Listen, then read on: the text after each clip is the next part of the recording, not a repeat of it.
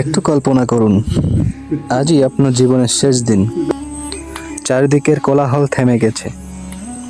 প্রিয়জনরা আপনাকে অন্ধকার কবরে রেখে চলে যাচ্ছে। কেমন হবে সেই প্রথম রাতটি?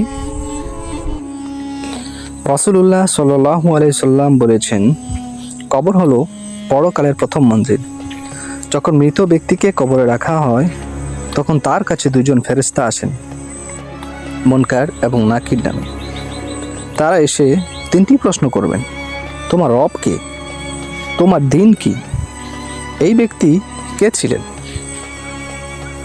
মুমিন বান্দা যখন সঠিক উত্তর দেবেন, তখন আকাশ থেকে ঘোষণা আসবে, আমার বান্দা সত্য বলেছে, তার জন্য জান্নাতের বিছানা বিছিয়ে দাও এবং জান্নাতের সাথে একটি দরজা খুলে দাও। সেখান থেকে জান্নাতের সুঘ্রাণ আসতে থাকবে।